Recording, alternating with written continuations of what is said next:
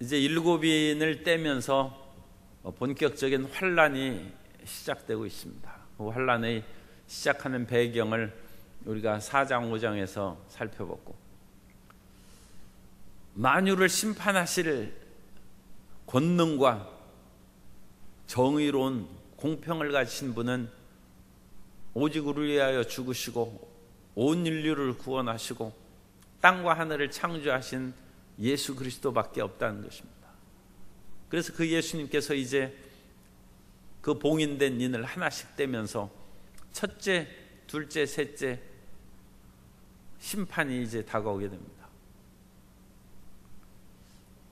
그런데 이 심판의 면으로서 처음에 등장하는 것이 전쟁입니다. 흰말을 탄 자가 나타났다. 그래서 그 흰말을 탄 자가 이기고 또 이기려 하더라. 그래서 이 흰말을 탄 전쟁의 승리자를 예수 그리스도라고 또 생각하는 그런 해석도 있습니다만, 별로 긍정적이지 않은 것이 대다수가 지시하는 해석입니다. 전쟁을 하는 것은 별로 좋은 그런 의미가 아닙니다. 전쟁을 통하여 평화를 가져오면 그건 올바른 전쟁이죠. 그런데 대부분의 전쟁은 전쟁의 결과가 질병과 기근과 죽음입니다.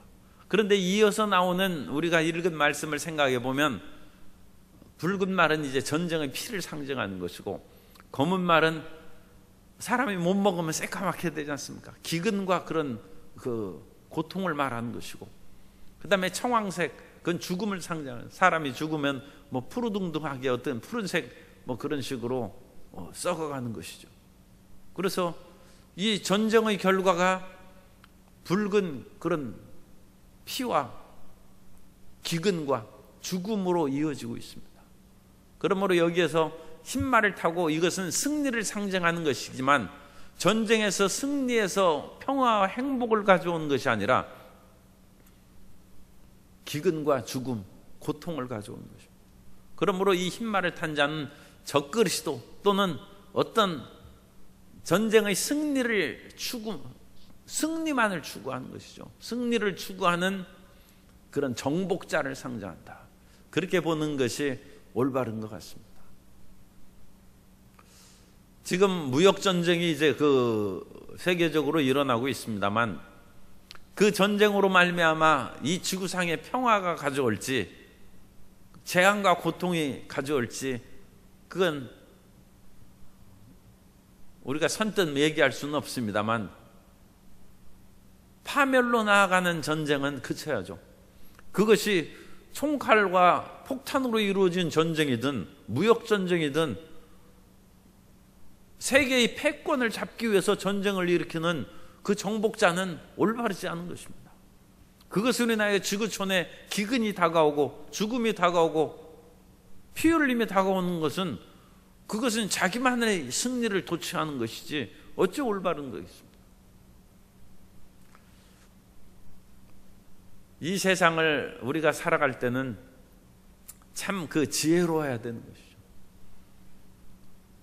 북한에서 그 평화의 남북 정상회담, 북미 회담 하면서 대륙간 탄도탄 미사일을 개발했다는 그런 보도가 있었습니다만, 지혜로운 것이죠. 그건 좋게 얘기하는 것이고, 나쁘게 얘기하면 교활한 것이죠. 그런데 이 세상을 살아갈 때 사람들은 지혜로워야 됩니다. 어리숙해가지고는 언제 이 일이 와서 잡아먹을지 몰라요. 그런데 우리가 단순히 지혜를 가지면 안 되고 비둘기같이 순결하라는 거예요. 순결하지 못한 지혜는 사악한 것이고 교활한 것입니다. 이 세상에는 이와 같은 사악한 지혜가 많이 있어요. 그러나 우리 크리스찬들은 순결하면서 지혜롭게 이 세상을 살아가므로 세상에 끊임없는 전쟁과 정복의 야욕을 가진 사람을 넉넉히 이기고 물리치는 하나님의 자녀가 되어야 될 줄로 믿습니다. 위로부터 오는 지혜는 성결하고 화평하다고 그와 같이 말씀하고 있습니다. 그래서 지혜 없으면 안 됩니다. 크리스찬들은 누구보다 지혜로워야 되는데, 그 지혜는 성결하고 화평한, 깨끗하고 평화를 가져온 지혜를 가져서 우리 모든 성도님들이 가는 곳마다 문제가 해결되고 화목과 평화의 역사가 일어나야 될 줄로 믿습니다. 그런데 이 전쟁에 흰 말을 타고 온 그 사람이 지나간 후에는 붉은 말을 타고 온 기사가 나타나서 전쟁이 임하는 것이죠. 피 흘림이 있고, 그 결과는 기근이 다가와서 죽음의 말이 세 번째 다가와서 밀 한 대, 우리식으로 얘기하면 밀 한 대 한 데나리온, 보리 석 대에 한 데나리온. 그러니까 밀값이 보리값보다 3배 비싼 거예요. 3배 비싼. 열왕기상에 나오는 엘리야의 그런 이야기에서 보면 그 당시 밀과 보리의 값이 1대2였어요. 1대2. 그런데 여기 이제 요한계시록의 신약 시대에는 오히려 1대3입니다. 그래서 밀이 상당히 비싼 것이죠. 그런데 예수님께서 오병이어를 행할 때는 보리떡 5개니까 그 집은 가난한 소년이에요. 밀빵으로 먹었으면 더 좋았을 텐데, 그죠? 그러면 다 나눠주고, 얼마나 하기야 시장이 반찬이기 때문에 그 당시 배고픈데 보리떡이니 밀떡이니 그거 생각하겠습니까? 그래서 여기에서 그 값이 3배 1대3으로 차이가 납니다. 그래서 저울에 달아주는 그런 기근이 나고, 그러니까 이 땅에 전쟁으로 일어나서 통일이 된다는 것은 합당치 않습니다. 그것은 기근과 죽음이 다가오기 때문에 그렇습니다. 그래서 우리는 어찌됐든지 평화의 공존이 이루어지고 평화의 통일이 이 땅에 이루어질 수 있도록 기도해야 될 줄로 믿습니다. 그러고 나서 5번째 인을 이제 떼는 것이죠. 그런데 5번째 인을 뗄 때 기근과 죽음이 다가오는 그런 사회 속에 무슨 좋은 것이 있겠어요? 의로운 자를 죽이고 핍박하는 그런 사회적인 상황이 이루어지는 것입니다. 그래서 5째 인을 뗄 때는 죽임을 당한 영혼들이 제단 아래, 하나님의 제단 앞에, 그리고 제단 아래 그 구약시대의 제사장이 짐승을 잡아서 피를 제단에 쏟고 그 제단 위에 짐승을 태워서 하나님께 제물로 드립니다. 그러니까 피 흘림을 당한 그런 영혼들이 제단 아래 있는 거예요. 마치 하나님 앞에 드린 희생제물이 피를 흘린 것처럼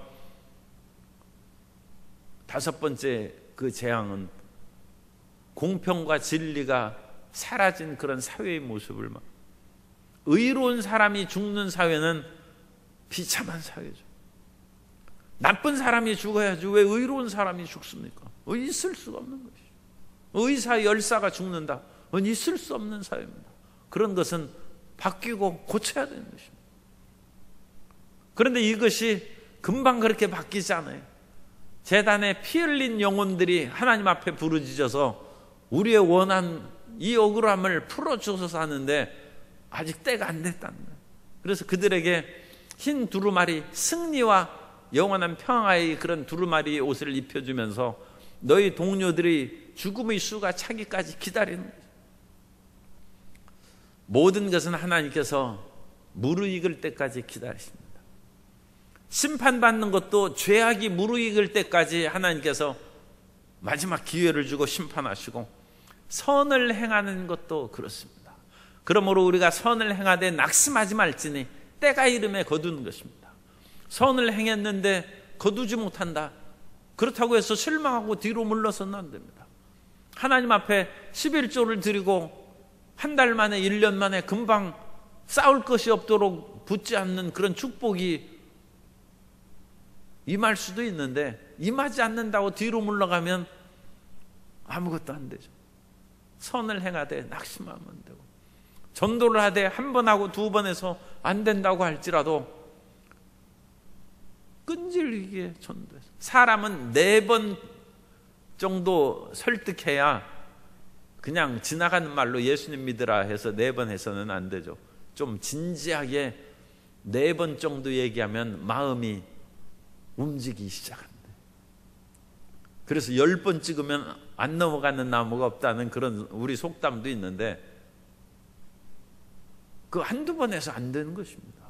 사람도 자기 생각이 있고 자존심이 있지, 한 번 얘기해서 금방 바뀌고 그러면 그 사람 그 줏대도 없고 변덕장이라는 그런 비난받을 수 있어요. 그래서 사람들이 오기로라도 일부러 안 들어요. 4번, 3번, 4번. 5번째 하면 교회에 나오고 움직이기 시작합니다. 일본에 있을 때는 한 5년 다니다가 안 나오는 사람도 있어요. 왜냐하면 그 일본 사람들 중에서는 그 다른 사람하고 그 약속을 했으면 자기가 싫어도 그렇게 그 지켜줍니다. 그래가지고 그렇게 전도해서 꼭 그렇게 와달라고 그러면 그래, 그럼 내가 나가주지 하고 자기 속마음을 절대 얘기 안 하고 그럼 몇 년 동안 다니는 거예요. 그래 당신 이제 원한 만큼 내가 여기 다녀줬으니까 이제 내 길로 가겠다. 그런 사람들이 있어요. 끈질기게 그 마음이 변하도록 그렇게 해야 되는데, 하나님께서는 이 세상의 모든 사람들을, 나쁜 사람을 심판할 때에도 그런 하나님의 인내와 기다리심을 다 이룰 때까지 의로운 고통당하고 억울한 사람도 참고 있으라는 거예요. 그러나 하나님의 심판은 반드시 있습니다. 그리고 나서 이제 6째 인을 이제 뗄 때 12절에 보면 큰 지진이 나며 해가 검은 털로 짠 상복같이 검어지고 달은 온통 피같이 되며 지상의 심판이 하늘의 심판까지 확장되는 것을 상징합니다.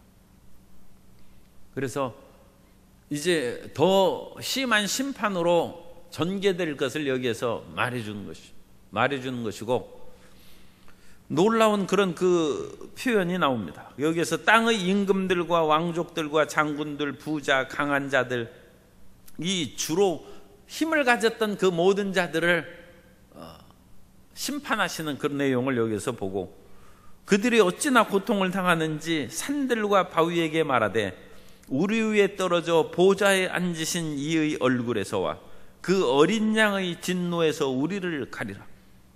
보좌에 앉으신 하나님의 보좌는 무지개가 둘려있는 은혜의 보좌에 상징하는데, 그러나 하나님께서도 참으시다가 심판하실 때가 다가오고,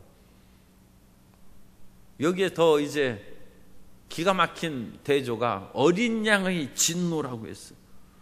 어린 양은 진노의 개념하고 안 맞죠. 어린 양은 참 오히려 사랑과, 어느 면으로는 어린 양이 하나님 앞에 제물로 드려지기 때문에 긍휼을 상징하는 것인데, 그러나 그 어린 양의 진노에서 우리를 건지라. 예수님을 믿고 믿으라고 상냥하게 얘기하고 우리는 끈질기게 그렇게 전도해야 됩니다만, 때가 이르면 그 예수님을 믿으라는 그 상냥한 말이 끝이 아니라 하나님의 진노로 다가옵니다. 어린 양의 진노. 그렇게 간절하고 낮은 자세에서 전도했건만 믿지 않는 자들을 극렬하게 심판하실 것이다. 그러니까 예수님 전도했는데 혹시 서운한 일 당하고 불쾌한 일 당해도 그것으로 인하여 뭐 안타깝게 생각할 건 없습니다. 하나님의 진노가 있는데, 어린 양의 진노가 있다는 거예요. 하나님께서 무조건 우리를 참고 기다리시는 것만 아닙니다. 그래서 진노의 큰 일이 이제 이루어지는데, 7 봉인 심판이 이제 그 진노가 끝나면서 거기에서 7 나팔의 심판이 8장에 보면, 8장 그 미리 1절 2절을 읽어드리겠습니다. 7째 인을 떼실 때 하늘이 반 시간쯤 고요하더니 내가 보매 하나님 앞에 7 천사가 있어 7 나팔을 받았더라. 그래서 7번째, 지금 6번째 인을 뗐지 않습니까? 그래서 7번째 인을 떼면서 나팔 심판으로 들어가는 거예요. 7 봉인을 뗄 때에도 얼마나 그 고통이 심한지, 무엇인가 자기 힘을 가진 왕과 장군들, 뭐 여러 가지 유력자들이 산과 굴 속에 숨으면서 차라리 우리에게 떨어져 우리를 죽게 해가지고 이 진노에서 벗어나게 해달라고, 그 고통이 심한 것이죠. 그런 유력한 자들도 피할 길이 없다는 거예요. 그런데 이제 나팔 심판이 들어가면 얼마나 더 힘들겠어요. 그 고통을 말할 수 없죠. 그러나 우리 예수님 믿는 사람들은 두려워할 것이 없어요. 물론 여기에서 환난 전에 우리가 휴거에서 올라가면 뭐 상관도 없습니다만, 그러나 또 역사적 전천연설이라고 했죠. 환난을 통과하는 그런 견해가 역사적 전천연설입니다. 왜냐하면 하나님께서 그의 백성들에게 그런 환난을 통과하지도 않는데 요한계시록을 줄 이유가 없다. 이것을 통하여 어떠한 환난이 다가온다 할지라도 믿음을 지키라는 거예요. 욥기를 왜 주셨느냐? 욥과 같이 고통을 당하는 사람이 가끔 있다는 거예요. 그런 사람이 낙심하고 실망하지 말라는 거예요. 그 대표적인 것이 2차 세계대전 같은 때 아우슈비츠의 포로 소용소에서 온 가족이, 온 자녀가 다 죽는 거예요. 10명의 자녀가 한꺼번에 죽는 거예요. 욥과 같은 처절한 상황이 되고, 자기는 병들고 모든 재산 다 나치에게 빼앗기고, 그 욥의 사실이 적용되는 거예요. 실질적으로 일어난 일이 역사상에 적지 않습니다. 그러나 믿음을 일으켰느냐? 재산을 잃어버리고 자식이 다 죽었다고 해서, 병들었다고 해서 믿음을 포기하겠느냐? 그럴 수 없다는 거예요. 욥기를 읽으라는 거예요. 요한계시록도 마찬가지입니다. 왜 요한계시록을 주셨느냐? 그것은 우리가 환난전에 휴거해서 문제가 없으면 아무 상관없어요. 그러나 혹시라도 역사적 전천년설로 환난을 통과할 때 요한계시록을 읽으면서 아무리 고난과 파멸의 위험이 다가온다 할지라도 믿음을 지키라는 거예요. 그 믿음을 지키는데 자기 힘만으로 지키냐? 그렇지 않다는 거예요. 하나님께서 인을 쳐주신다는 거예요. 그래서 이제 7장에서는 14만 4천 명의 인친 사람에 대한 기록이 나옵니다. 이제 심판이 극렬해서 땅 사방에서 진노의 바람이 불을 때 이 자연계를 다스리는 4명의 천사가 사방의 모퉁이에서 바람을 붙잡고 있는 거예요. 그래가지고 이 엄격한 17장 1절을 보면, 이 일 후에 내가 내 천사가 땅 내 모퉁이에 선 것을 보니 땅의 사방의 바람을 붙잡아 바람으로 하여금 땅에나 바다에나 각종 나무에 불지 못하게 하더라. 바람하면 우리가 좀 시원하게 생각하지만 지금은 그 고기압의 그런 고온 열대 고기압이 우리에서 지금 폭염에 있지 않습니까? 그러니까 이 진노와 파멸의 바람이 불어오면 그 고통이 얼마나 심하겠어요. 그런데 이 바람을 못 불도록 붙잡고 있어요. 왜 못 붙잡고 있느냐? 하나님께서 택한 자들을 해하지 못하도록 인칠 때까지 기다리는. 그래서 12지파에서 12,000명씩 14만 4천 명을 인치는 거예요. 그래서 이스라엘의 이 12 그런 그 정확한 12지파는 아닙니다. 왜냐하면 므낫세 지파와 요셉 지파가 중복되어 있어서 요셉의 두 아들이 므낫세와 에브라임인데, 그런 용어상이라든지 또 서열상으로도 르우벤이 첫째 큰아들인데 유다 지파가 제일 먼저 나와 있습니다. 그렇기 때문에 이런 지파의 순서나 내용을 보면 이 이스라엘의 12지파는 육적인 이스라엘이 아니라 영적인 이스라엘이다, 그렇게 해석하고, 따라서 유대인이나 이방인이나 할 것 없이 예수님을 믿는 영적 이스라엘을 의미하는 것이다.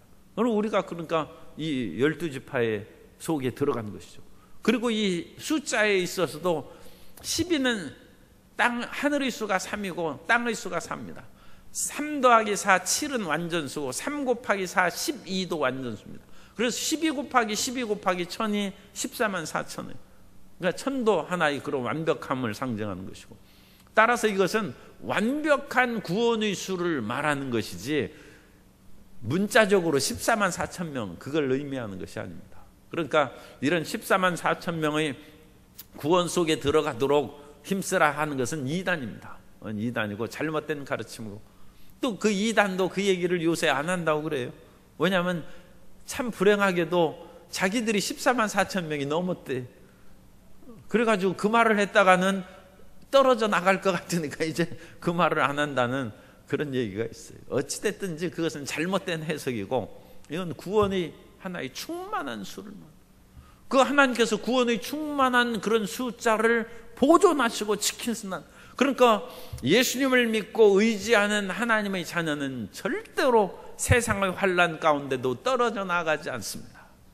어떠한 환난이 있어도 우리는 구원받고 하나님의 백성으로 보호하심을 받게 될 줄로 믿습니다.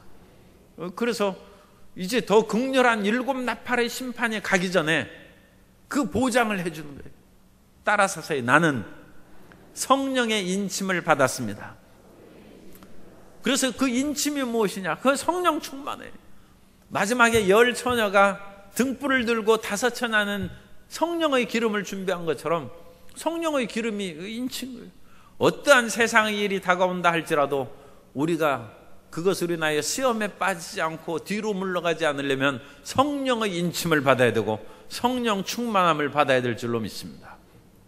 그래서 우리 모두는 성령 충만함을 받은 하나님의 자녀고, 그 성령 충만한 하나님의 자녀들이 어려운 환난 가운데도 끊임없이 전도하고 그리스도 예수의 사랑을 증거함으로 허다한 사람들이 다 예수님 앞으로 나오는 거예요. 완벽한 숫자가 이루어지는 것이죠. 9절에 보면 이 일 후에 내가 보니 각 나라와 족속과 백성과 방언에서 아무도 능히 셀 수 없는 큰 무리가 나와 흰 옷을 입고 손에 종려가지를 들고 보좌 앞과 어린 양 앞에 서서 큰 소리로 외쳐 이르되.